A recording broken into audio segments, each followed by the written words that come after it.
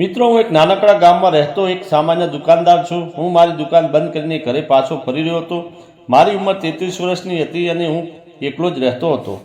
મારા માતા પિતા થોડા વર્ષો પહેલાં ગુજરી ગયા હતા અને લગ્નની વાત હજુ મારા જીવનમાં આવી નહોતી. ઘરે પહોંચતા જ મેં દરવાજો ખોલ્યો અને ચૂલો સળગાવવાનું શરૂ કર્યું. રાતનો શાંત માહોલ હતો અને હું ખાવાનું બનાવવાની તૈયારી કરી રહ્યો હતો. અચાનક દરવાજે ધીમા ટકોરા થયા. આટલી રાત્રે કોણ હશે એવું વિચારીને હું થોડો ગભરાયો, પણ દરવાજો ખોલ્યો. બહાર ઝાંખી રોશનીમાં એક યુવતી ઊભી હતી. હાથમાં એક જૂનો થેલો લઈને જેમાં રમકડા ભરેલા દેખાતા હતા. તેના ચહેરા પર થાક અને ચિંતા સપટ દેખાતી હતી, પણ તેની આંખોમાં એક અજાણી આશા હતી. મેં તેને પૂછ્યું, કોણ છો? આટલી રાતે અહીંયા? તેણે ધીમા અવાજે કહ્યું, હું નજીકના ગામમાંથી આવું છું. હું રમકડા વેચવા ગામમાં બજારમાં આવી હતી, પણ મોડું થઈ ગયું અને બસ છૂટી ગઈ છે. રસ્તે તમારું ઘર દેખાયું એટલે હું અહીંયા આવી છું. તેનો અવાજ થોડોક થાકેલો લાગ્યો અને તે થોડી બેચેન દેખાતી હતી. મેં તેને અંદર આવવાનું કહ્યું. તે થોડી ખચકાઈ, પણ ધીમે ધીમે અંદર આવી. તેના થેલામાંથી થોડાક રમકડાનો અવાજ આવી રહ્યો હતો. મેં તેને બેસવાનું કહ્યું અને એક ગ્લાસ પાણી આપ્યું. થોડું બેસ, થાક લાગ્યો હશે.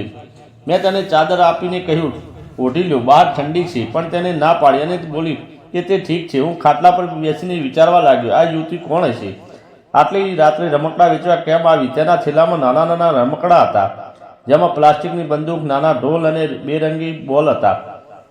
લાગ્યું કે તેના ગામના બજારમાં બાળકોને રમકડા વેચવા આવી હશે. થોડી વાર તે ખાટલા પર બેઠી. તેના ચહેરા પરથી સાદગી અને શાંતિ અને મને આકર્ષ લાગી રહી હતી. લગભગ 25-26 વર્ષની હશે. મેં તેને ગરમ ચા આપી અને પૂછ્યું, તમે ક્યાં રહો છો? તો તે બોલી, હું બાજુના ગામમાં રહું છું. તેણે થોડી કચકાટ સાથે કહ્યું, હું મારા નાના ભાઈ સાથે રહું છું. મારા માતા પિતા નથી. હું ગામડામાં રમકડા વેચું છું, જેથી મારા ઘર ચાલે છે. આજે બજારમાં વેચાણ ઓછું થયું અને બસ છૂટી ગઈ એટલે રસ્તો ભૂલી ગઈ.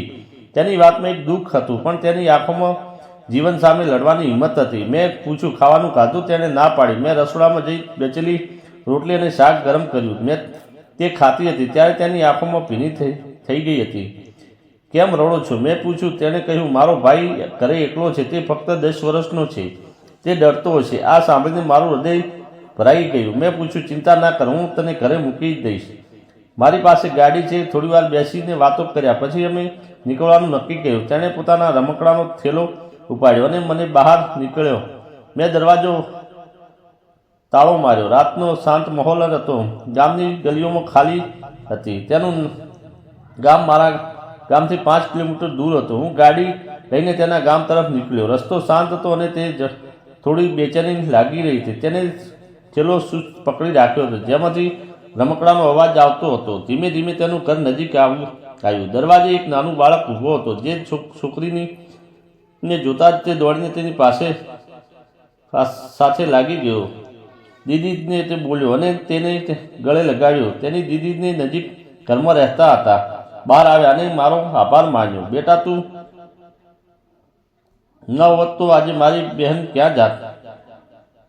મને ઘરમાં બેસવા બોલાવ્યો. ઘર નાનું હતું ને સાદું હતું. ચા પીતા પીતા દાદીએ વાત શરૂ કરી. તે ખૂબ જ મહેનત કરે છે. નાનો ભાઈ તેનો અભ્યાસ ચલાવે છે, માટે રાત દિવસ રમકડા વેચવા દોડે છે. પણ હવે તેની ઉંમર થઈ ગઈ છે. લગ્નની વાત વિચારવી પડશે. મેં તેની તરફ જોયું. તે શરમાઈને માથું નીચું કરી રહી હતી. મેં દાદીને મારા વિશે જણાવ્યું.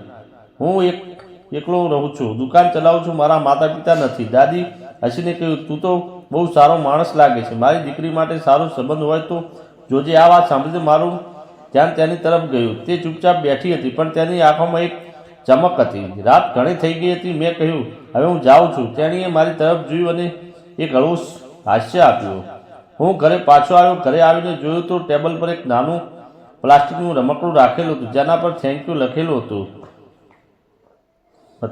લાગ્યું કે તેણે પોતાના થેલામાંથી મૂક્યું છે. તેની આ નાની હરકતે મારા દિલમાં તેના માટે એક ખાસ જગ્યા બનાવી દીધી. થોડા દિવસો પછી બજારમાં હું ફરી ગયો.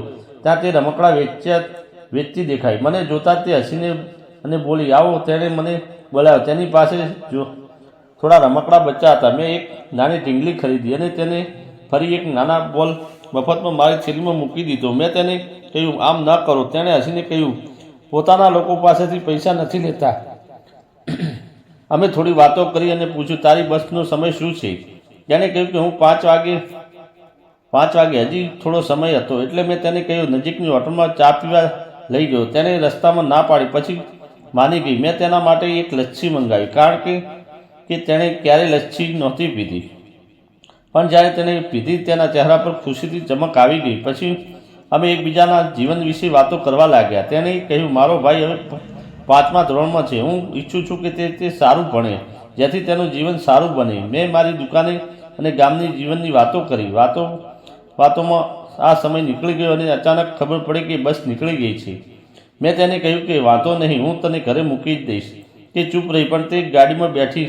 રસ્તામાં તેના લાંબા વાળ હવામાં ઉડતા હતા અને તેનું હાસ્ય મને આકર્ષિત લાગી રહ્યું હતું. તેનું ઘર આવ્યું અને તેના દાદીએ ફરી મારો આભાર માન્યો. થોડા દિવસોમાં હું તેના ઘરે નિયમિત જવા લાગ્યો. તેનો ભાઈ મને શેઠ કહીને બોલાવતો. એક દિવસ દાદીએ મને બોલાવીને કહ્યું, તમે સારા માણસ છો અને અમારી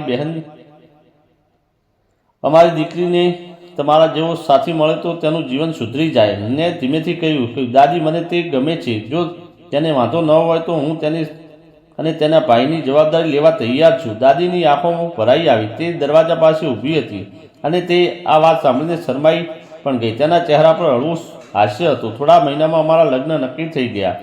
ગામના લોકોએ અમને આશીર્વાદ આપ્યા. લગ્ન પરંપરાગત રીતે ખૂબ ધામધૂમથી થયા. લગ્નની રાતે ઘરમાં ફૂલોથી સજાવેલો ખાટલો હતો. આછી રોશનીમાં તે શરમાથી બેઠી હતી. મેં તેના હાથમાં એક ફૂલ આપ્યું અને અમારી નજરો મળી. તે દિવસથી અમારું નવું જીવન શરૂ થયું. તેનો નાનો ભાઈ હવે મારો નાનો ભાઈ બની ગયો. અમે ત્રણે એકબીજાનો સહારો બન્યા. સમાજે ઘણી વખત સવાલો ઉઠાવ્યા, પણ અમે દરડ રહ્યા. અમારો સંબંધ પ્રેમ વિશ્વાસનો હતો.